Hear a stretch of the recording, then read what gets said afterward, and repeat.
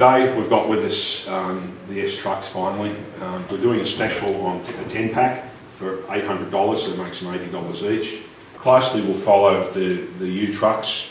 I've just got to work the price out on that because there is a rest. There's only one type of Ixia loco on the table. The rest of them belong to Minerva Models. Our British partner in Ixia Models, Chris Klein, is also a partner of Minerva Models in the UK. So he set out some of his engines. We brought out 6, one of everything they make, and there's one left. So there's a black packet out there. I've got my EDM sound fitted packet that I've just managed to set up.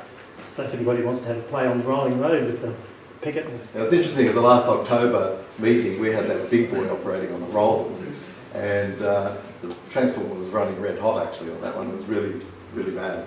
So we're developing a new one. This is our own one. This is a 12-volt DC, and it can take up to 3 amps. It's got a volt ammeter, the knob, forward and reverse, and some safety factors. So that should alleviate all the problems of overheating. Plus, now this image, it's interesting when you do this sort of search, as you know, you follow every lead.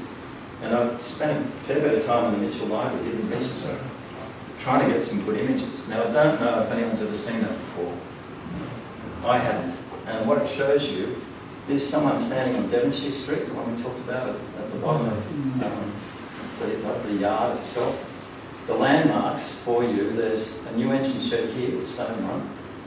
Now D-wagons, you probably all heard about that. They were the big shifters of their day, something like 5,000 were built by the turn of the century. And this was the beginning of the local industry, rolling stock construction industry. Yes, they could build a D-wagon locally, and after that they got into building freight vans. Before they got into passenger vans or passenger carriages without headings. So this lurid red, or was it a red oxide? Well, you were modelers, if you want to paint it red, you can choose any red you want. It may be, it's just a wild theory that the reason they painted these red, these may have been the Darling Harbour coal wagons. And it might have been to identify wagons that have coal on board for loco purposes or maybe for household use, and not to be used with everything else.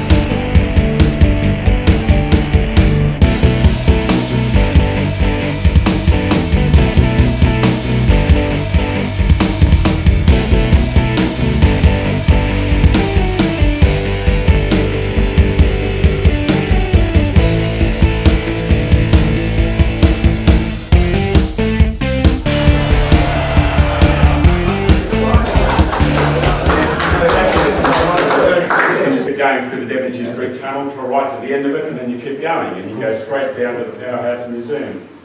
And they've got some of the remains of the track there.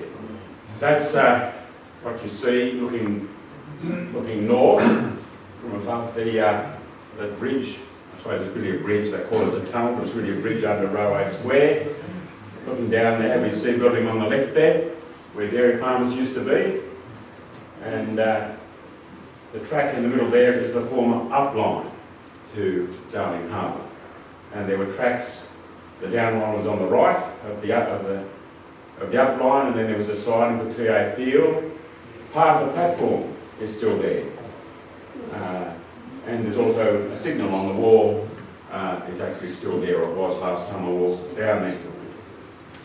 On the left, with 3 tracks that served the dairy farmers, also known as the glaciarium sidings. And they also served, or dairy farmers also had associated with them an ice skating rink.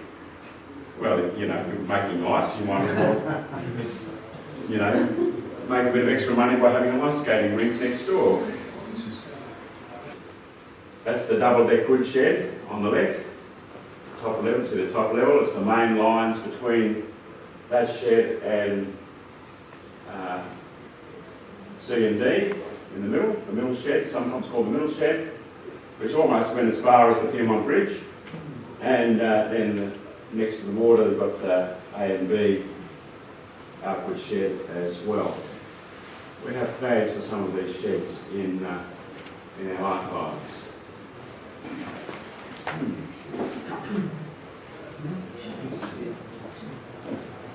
Now that's the track on the edge of the water, which went under the Piedmont Bridge and served some of the coal jetties.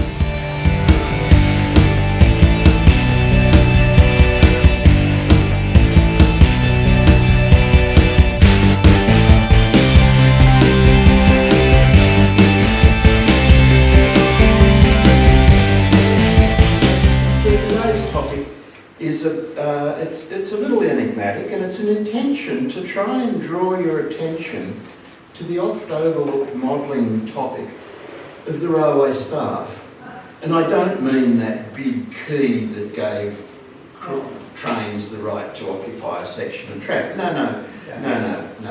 I mean the railway employees, of which I was one for some 20 odd years. More specifically, it's about where the railway staff lived. In 1952, there were 60,091 government railway staff in New South Wales. Towns, demographics, temperature. So 1 in 10, if you lived in Armidale, of your neighbours worked for the railways or had built for them more houses than any other building. If you wanted to capture the essence of the New South Wales Railways building stock on a diorama, don't build a cooler at the terminus of the branch line. Don't build Werris Creek. Build a house. This is the earliest known extant railway building. It's still there. You can go and you can touch it. I mean, it's almost English in character. Who could resist it? I mean, it's just gorgeous. And then it was later converted into an island platform by running a platform edge around the back of it. And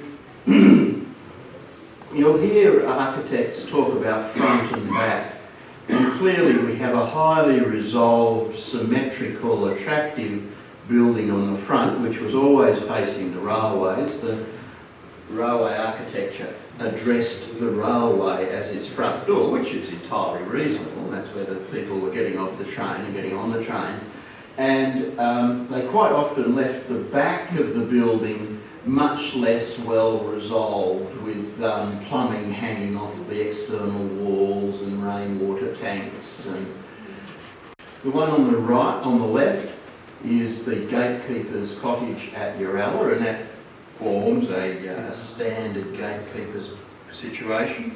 The one on the right is the station master's house for the station at Black Mountain, just down the track. But the one on the left is made of brick.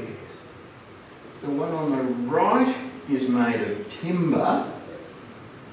Yet we would have assumed that the station master would have had more prestige than the gatekeeper, who was usually paid a lot more.